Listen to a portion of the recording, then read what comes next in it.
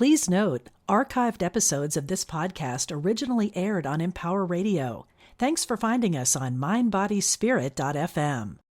Welcome to the Miracle of Healing, where we come together every week to discuss and discover a roadmap to healing.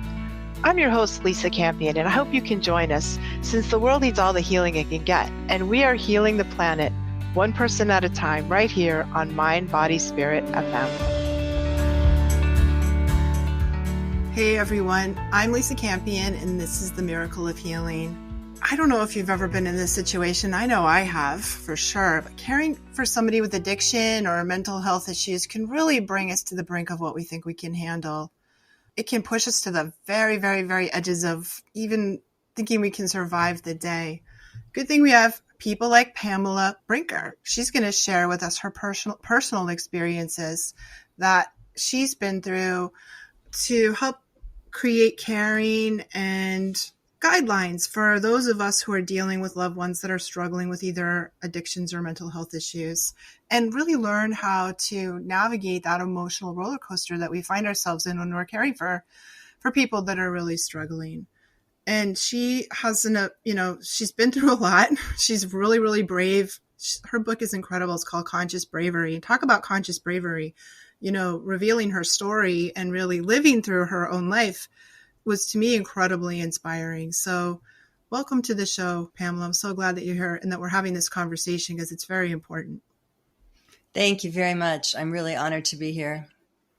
Yeah. So your story, I had to say, cried a little bit, when I was reading your own story about what you've been through. I was just like, oh my God, like how I was so touched in that you were so honest in sharing some of the struggles and losses that you've had in your life. Tell us a little bit about that, if you don't mind sharing. So many people I've worked with keep the pain and the fear and the panic they live with a secret because they don't want to burden their friends.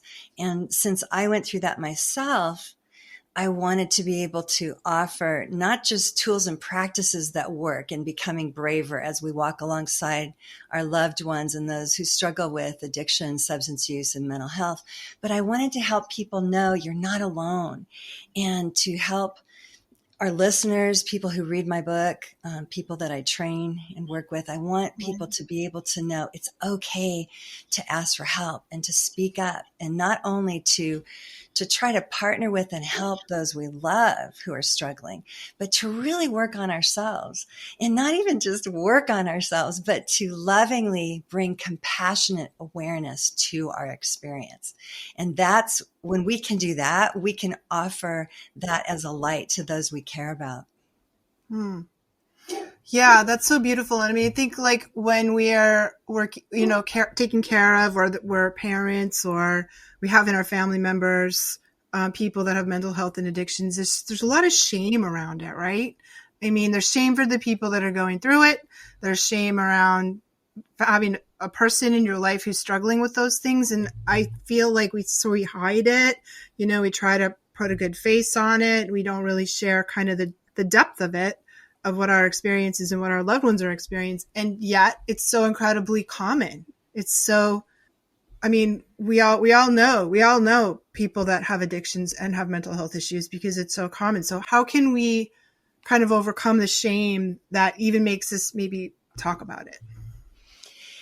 The first step in overcoming shame or guilt is to bring compassionate awareness into our own experience all of the time, during the calm moments, during the in-betweens, the challenging times, and even through the most harrowing circumstances. So we build a practice, a habit of compassionate and conscious awareness of what's happening in our bodies, in our hearts, in our minds, in the energy space around us. And so I teach what I call developing whole being awareness, Lisa. Mm-hmm. And for your listeners, this is a really simple thing. We do a whole being scan. And this is just neurobiology in simple terms. So the neurobiology is that how we do what you're describing, how do we become brave, how do we overcome shame, is we learn to rewire. We learn to work with our autonomic nervous system. Our sympathetic nervous system is what most people know it as. The fight, freeze, fight or freeze, feign death, basically, or curl up in a ball and feign death, or run, right? So fight, freeze, or run. We want to not just go, oh my gosh, that's happening, I need to avoid it. We want to know what's going on and say, okay, wow, I'm really struggling right here. I want to become immobilized. I'm going to breathe through it. And so we first bring that compassion awareness into our experience and breathe consciously with awareness that our bodies are just trying to serve us well to keep us away from danger. We're feeling this threat of shame or this threat of what our loved one is experiencing, or maybe it's guilt, maybe it's shock, right? And so we come into our own experience with a pause and breathe consciously and be right here, right now, noticing what's happening. We train ourselves to experience what's happening rather than avoid it. And then we can reset and we can rewire. And so we basically become friends with all of our feelings. There's no feeling that's bad. I just teach that feelings are either more challenging or less challenging. And so if we're feeling shame or overwhelm, we can say, oh, wow, that's happening. I've got this overwhelm going on. I'm feeling like I should have done something differently, or I wish that my loved one weren't struggling, or I wish I hadn't said that mean thing when I was really activated. So we bring calm to that, compassionate awareness, and that helps us get basically back to the part of our brain that can operate more clearly and make better decisions. And then we can say, okay, I'm going to forgive myself for that, and I'm going to move forward now. Now, what's the next step? You said something that was so interesting in your book too, that I didn't realize until you said it, that this is the thing, but that it's actually like possible to have a good life, even, and enjoy your life and be happy, even if you have a loved one that's struggling with mental health or addiction issues. And, there's that sort of I have 3 kids, and my kids are adults, and they struggle. There's always one of them. Like if I just have one of them that's struggling, sometimes all of them are, or 2 of them are, it seems impossible to get to a point where they're all okay at the same time. That just doesn't seem to happen. And that kind of idea of like, oh, you're only as happy as your most miserable child, that's kind of a saying. I remember my mom saying that. And so when you said, oh, we're allowed to be happy and have a life, even when our loved ones are struggling, that I was like, oh, dang, like, how many people, I wonder, feel like it's not okay to be happy and have a life?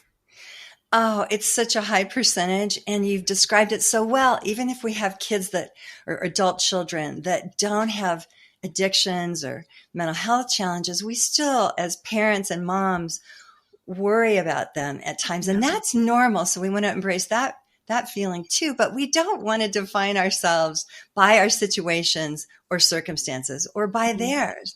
And so absolutely, one of the chapters in my book, and something I teach all the time, is that we want to find a foundation of contentment and guard our happiness and even bring lightness and play into our worlds. In fact, that's in the neuroscience, it's called co-regulation, right? So I look at you and I see your smiling face and I feel a little bit better. But I don't want to define myself through you. I don't want to have to depend on a friend to make me feel better, right?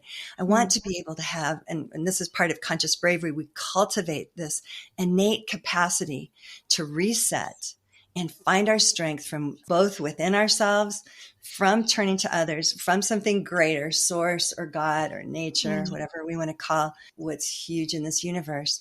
And we want to be able to turn to those 3 things. I call it the triad of connection. It's my little triangle. So we resource from within, we resource from others, but we also resource from something greater. And that helps us not define ourselves by how our loved ones are doing. So absolutely, we can have 2 emotions or 2 experiences that are simultaneous going on at the same time or more. We could be absolutely content because we're in love with life. We love nature. We love that we just laughed with a friend, but our spouse or a child can be having a relapse or can be in the hospital receiving treatment and maybe contemplating suicide or wondering if they're ever going to be able to get off of meth. And so we feel their pain, but we're able to put kind of a permeable bubble around ourselves saying, I can't make that change for them. Right. I can only bring compassionate awareness to their experience, send them love, send them prayers, walk alongside them, and I can bring that to myself. And so it's absolutely crucial that we live vibrant lives, because how can we help our loved ones become happier and see that they don't have to use substances as the answer to their pain if we can't? We've got to be able to do that. That's such a beautiful thing. Let's talk about the title of your book for a minute, Conscious Bravery. And why consciousness? I mean, we all know what consciousness is, but why are we bringing these two things together, conscious bravery, as the ingredients that we need to really handle these situations? Most of us think of consciousness as a higher level of awareness when we're content or happy, or we're meditating and we've got this great vibe going on and we're really tapped into presence. But consciousness for me is more expansive. It's awake awareness, even during the devastating moments, even during the most harrowing circumstances. We're alive and aware of what's happening. Like, I'm really shocked, or, oh, I've been crying my heart out. You were saying you were crying reading my book. Some of the things that I've heard from other people since I wrote this book, people who DM me, are absolutely horrendous. People who've lost loved ones and how they've passed, and people whose loved ones have struggled and have been in the hospital or have been homeless. It's just harrowing to listen to. And so we want to be able to have the ability to be aware of our experience and be conscious, but bring that capacity for strength and tenacity and tenderness to our experience. And that, to me, is what conscious bravery is. I like to say conscious bravery isn't always tough as nails, that bravery can look like softness and sound like stillness. So it's tenacity and daring and the ability to jump in and help and drive 5 hours in the middle of the night to our loved one if they need our support. Or it's the ability to have the awareness to be patient and wait and not have to react. So we train ourselves in this. That's so beautiful. And when you were talking about consciousness, of course, we think about like our sort of super conscious awareness, right?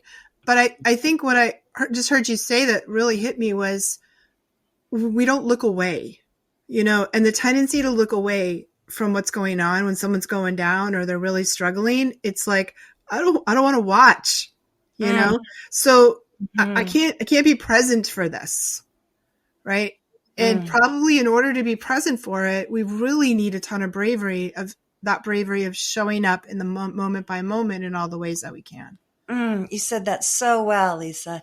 Yes. So we practice in the calm moments, in yoga, in meditation, on walks, listening to a friend in their pain and breathing. And we might not know what to say or do, but we make contact and keep that contact. We look in each other's eyes and we feel each other's energy, and we offer compassion and empathy.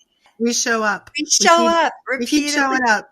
Yes. And we show up for ourselves, because you're so right. It's tough for us to be with ourselves when we wish we were stronger and we're falling apart. But I just say it. Just say, oh my gosh, this moment I'm falling apart. Here I am. Now there's this. Now this moment, there's this. Wow, I didn't expect it. Came out of the blue, the way I'm experiencing this, but we notice what's happening in our bodies and hearts and our minds and what our intuition is saying to us. And we tune into and we befriend all of these experiences that we have. And then it sounds like it's self-centered, but then we're so much better able to be compassionately present for someone that we care about and walk alongside them with what they're needing. Wow, Pamela, I'm loving this conversation so much, but let's take a really quick break.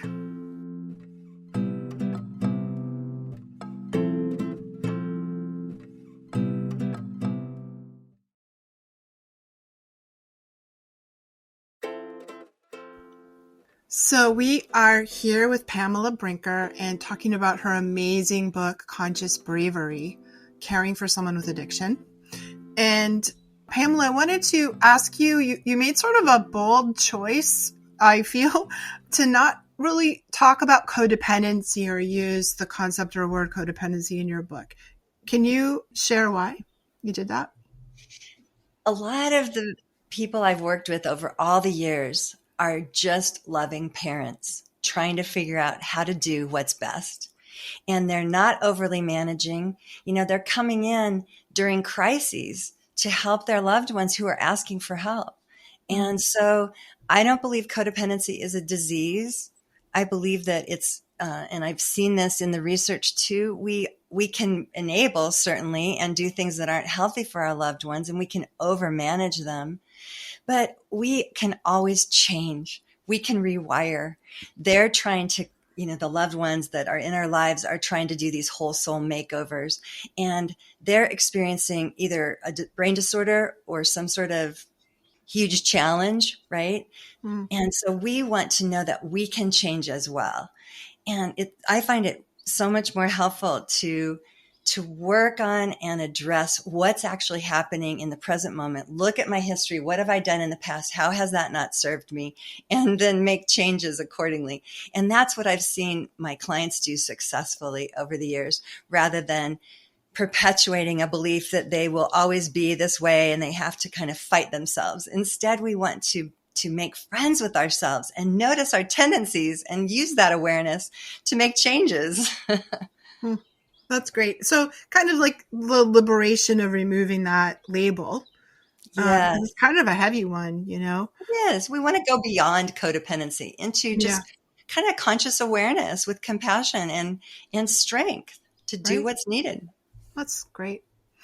I love that. And I know you have some really concrete steps, like a process that you help people find this conscious bravery. So let's talk about your pillars, your steps.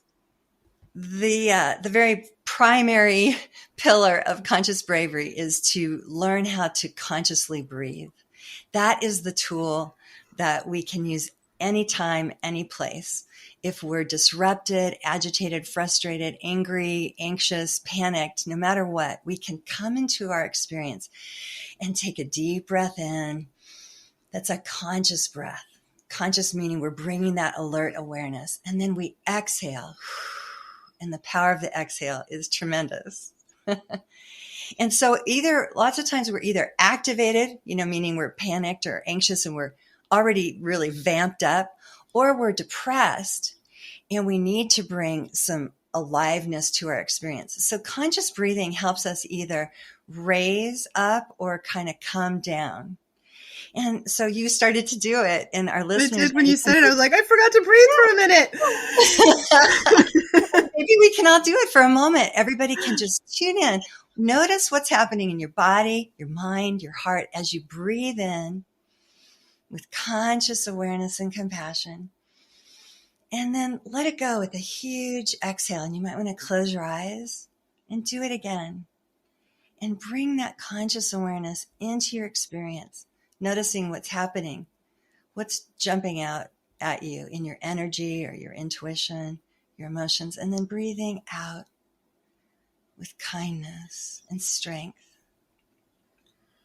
So that's one of the first pillars. We all did it. It takes just a very short amount of time. But did you notice a shift? Totally. It felt so much better. I felt more grounded, more settled. I felt more connected. I can feel that my nervous system like downregulated, a little bit into more of a kind of feeling. Yes. So, yeah. Yes. And so conscious breathing is just a foundation for becoming braver, to be able to be with ourselves, as you were saying, to hold space in the moment for what's going on. Then we can do it with our loved one. And then we can perhaps, if they're with us and they're vamped up or depressed, we can help them regulate by just being more regulated ourselves.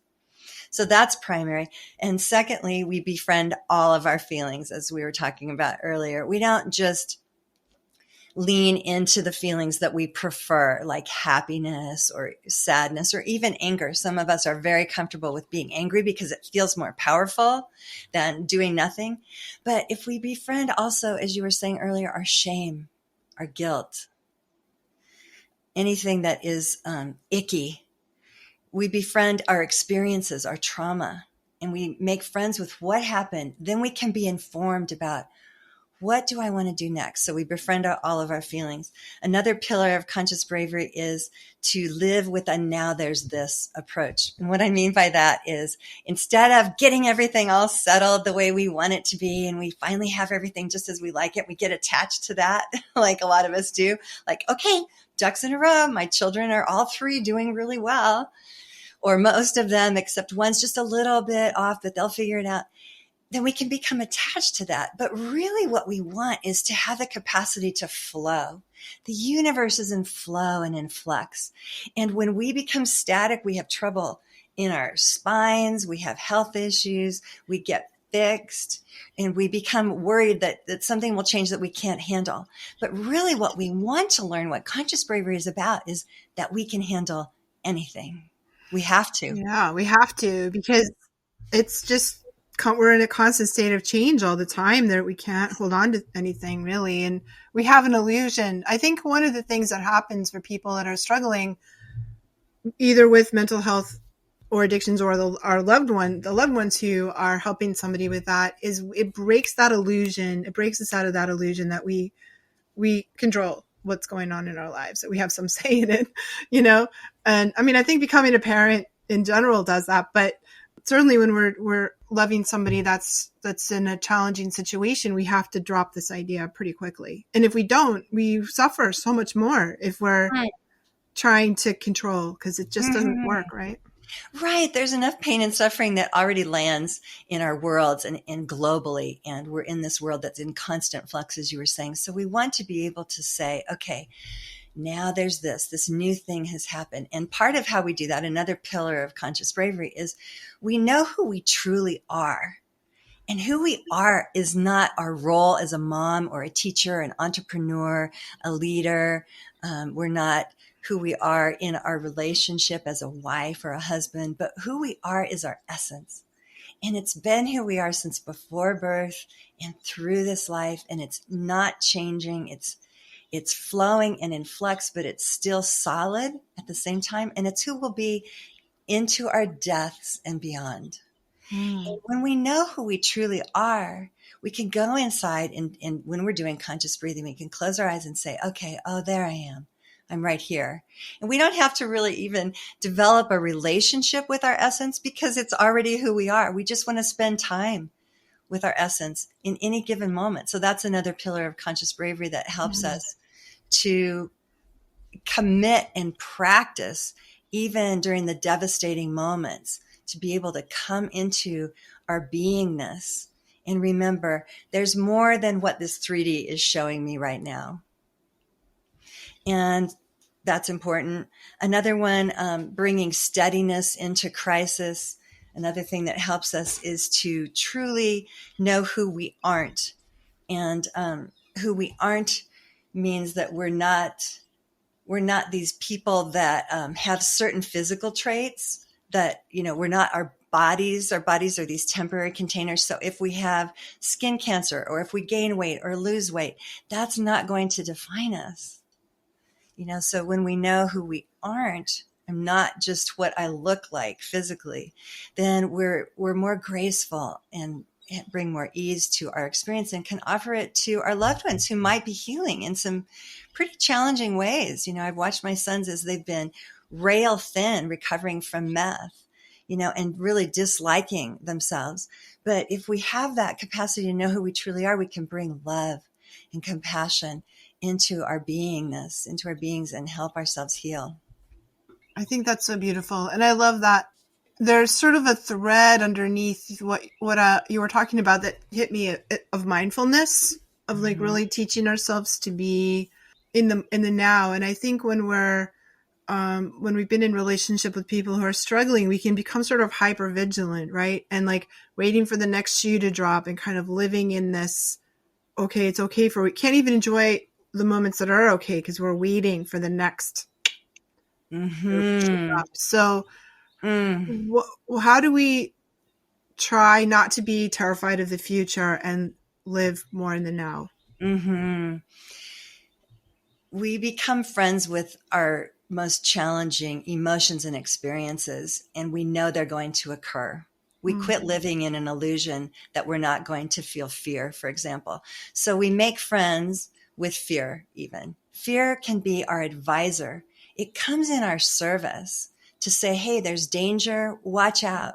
And it has things to tell us. Not that we want to live in fear. I'm certainly not a fan of that. I can't stand fear, and I can't stand the feeling of helplessness either. But we become friends with our helplessness, and we say, what is underneath this? And this is just some of the research in all the therapies, polyvagal theory, Stephen Porges.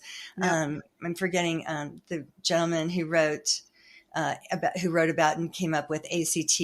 But anyway, this is all the research about anxiety and our nervous systems. Deb Dana talks about this. So we become able to not just experience fear, but alongside it, we know, hey, I'm going to ground down. So we maybe put our feet on the floor, and I'm going to be right here, right now. As I listen to fear might be telling me, hey, through my intuition, this happened once before, and you can't trust this person, for example. Maybe it's someone that your loved one has befriended or is taking advice from. So maybe you know that this person can't be trusted, and you're tapping into that. So you listen to that rather than just feeling anxious and panicked.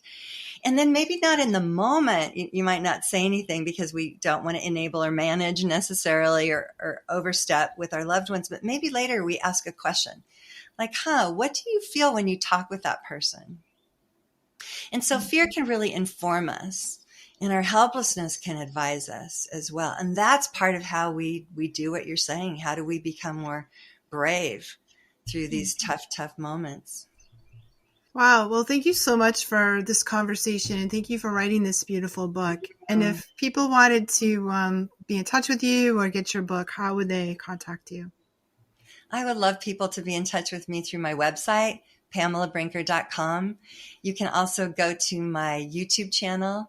So it's YouTube, Pamela Brinker. And if you like it, subscribe there.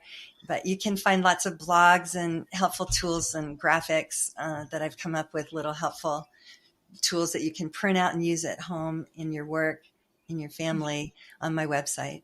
That's great. And do you have other ways that you work with people besides through your books? Yes, I also do trainings. And so you'll see information about that on my website as well, live sessions and trainings that are coming up. Oh, that's great.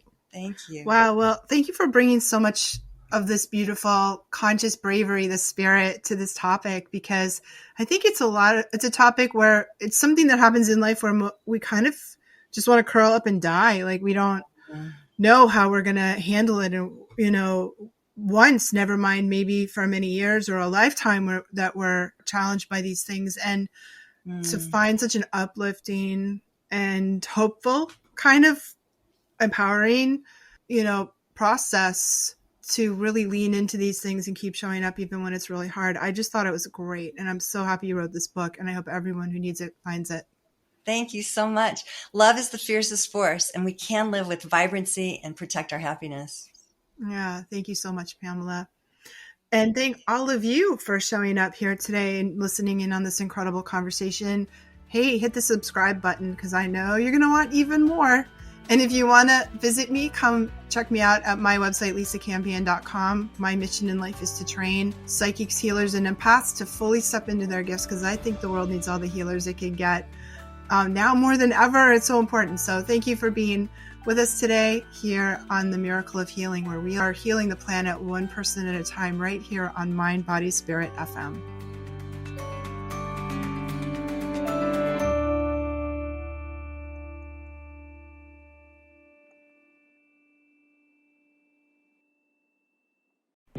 If you enjoyed this podcast and you're interested in metaphysics, mediumship, angels, and more, check out some of the other podcasters on mindbodyspirit.fm or download our free mobile app in the App Store. Look for mindbodyspirit.fm.